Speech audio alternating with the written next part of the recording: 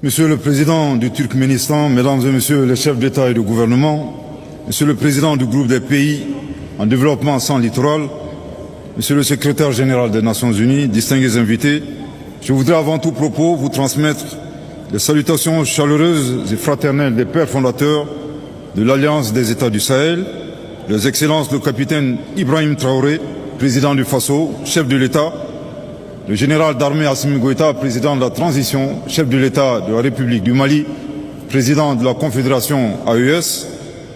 et le général d'armée Abdourahmane Tiani, président de la République du Niger, chef de l'État. Je voudrais ensuite exprimer, au nom des États membres de la Confédération AES, ma profonde gratitude aux autorités turkmènes pour l'accueil bien chaleureux et l'attention particulière dont nous faisons l'objet depuis notre arrivée dans cette belle ville d'Awaza. La Confédération des États du Sahel, entourée de 11 pays voisins et côtiers, couvre environ une superficie de 2 800 000 km² et compte environ 75 millions d'habitants, majoritairement jeunes. Elle est riche de ses terres fertiles, de ses cours d'eau, de ses sources d'énergie et constitue l'un des plus grands réservoirs en ressources minières du monde. Toutefois, les trois États de l'Interland cumulent bien malgré eux une grande partie des défis communs aux pays en développement sans littoral, tels que les coûts élevés des transports et les délais d'acheminement allongés. En dépit de ces difficultés, ils ont été victimes ces dernières années, sous des prétextes politiques fallacieux, de la violation de leur droit à l'accès à la mer et depuis la mer, ce droit pourtant consacré par plusieurs textes, comme la Convention des Nations Unies sur le droit de la mer de 1982, dite Convention de Montego Bay, ainsi que la Convention de 1965 relative au commerce de transit des États sans littoral, nécessite d'être respectée et sa violation mérite une condamnation ferme des Nations Unies. C'est le lieu de remercier la République de Guinée, la République islamique de Mauritanie et la République togolaise pour avoir constamment maintenu leur solidarité avec nos pays en gardant leurs frontières ouvertes. La Confédération AES attend du groupe des PDSL une solidarité agissante, y compris en veillant au respect des textes et des principes internationaux. Nous devons donc nous mobiliser chaque fois que des pays ou organisations ont recours à des blocus, des mesures coercitives unilatérales et autres sanctions illégales et illégitimes comme moyen d'enclavement, de pression politique et de déstabilisation contre les pays en développement sans littoral. Monsieur le Président, c'est donc avec beaucoup d'espoir que la Confédération AES prend part à la présente conférence qui nous permet d'évaluer l'état de mise en œuvre du programme d'action de Vienne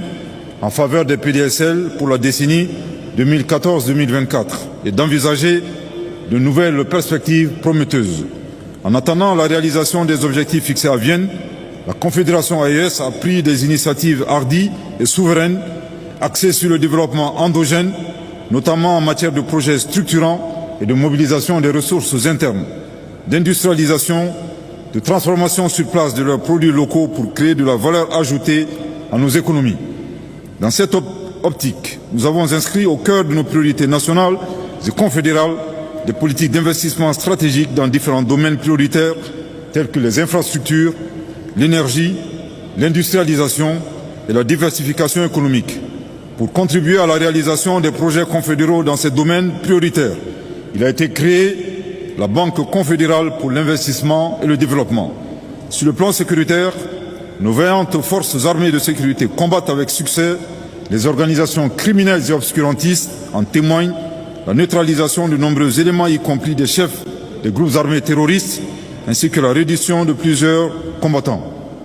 L'AES dénonce de nouveau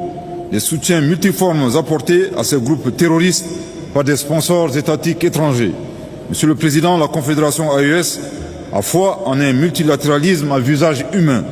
celui qui fait de la coopération et de la solidarité entre les peuples un moteur de développement véritable. À cet égard, nous devrions redoubler d'efforts pour une mise en œuvre effective des domaines d'action prioritaires du programme d'action des pays en développement sans littoral. Du reste, une attention particulière mérite d'être accordée au PDSL dans tous les processus intergouvernementaux, notamment sur le relatif à la préparation de la Convention cadre des Nations Unies sur la coopération en matière fiscale, en ce qui concerne la réduction des coûts du transport, des frais de transit et la facilitation des échanges commerciaux. Nous sommes convaincus qu'une fois convenue, cette convention aura un impact certain sur la mobilisation des ressources internes en minimisant les évasions et autres fraudes fiscales qui entachent depuis des décennies l'exploitation de nos ressources naturelles par des multinationales. Au nom de cette même solidarité internationale, il importe d'œuvrer à l'atténuation des vulnérabilités des PDSL. Aussi voudrions-nous appeler à la révision des critères de notation et d'évaluation du risque appliqués aux pays les plus vulnérables, afin que d'ici à 2030, les pays en développement à faible revenu bénéficient d'un financement efficace. Il est également important de renforcer la coopération entre les pays de transit et les pays sans littoral pour développer des stratégies intégrées plus pertinentes permettant de mieux s'intégrer dans l'économie mondiale. Monsieur le Président, Mesdames et Messieurs, la Confédération des États du Sahel a une grande confiance en l'avenir et œuvre quotidiennement à transformer les défis du moment en opportunités immenses de développement au profit de son peuple. Notre narratif est que le Sahel reste une terre d'opportunités et non pas une région de crise, comme s'échine à le dépeindre une catégorie d'opinion. Dans cette perspective, la Confédération AES est disposée à coopérer avec l'ensemble des partenaires dans un cadre équilibré et gagnant-gagnant, sous réserve du respect des principes simples et évidents comme le respect de la souveraineté de nos États, le respect de nos choix stratégiques et la prise en compte des intérêts vitaux de nos populations. Je vous remercie de votre très aimable attention.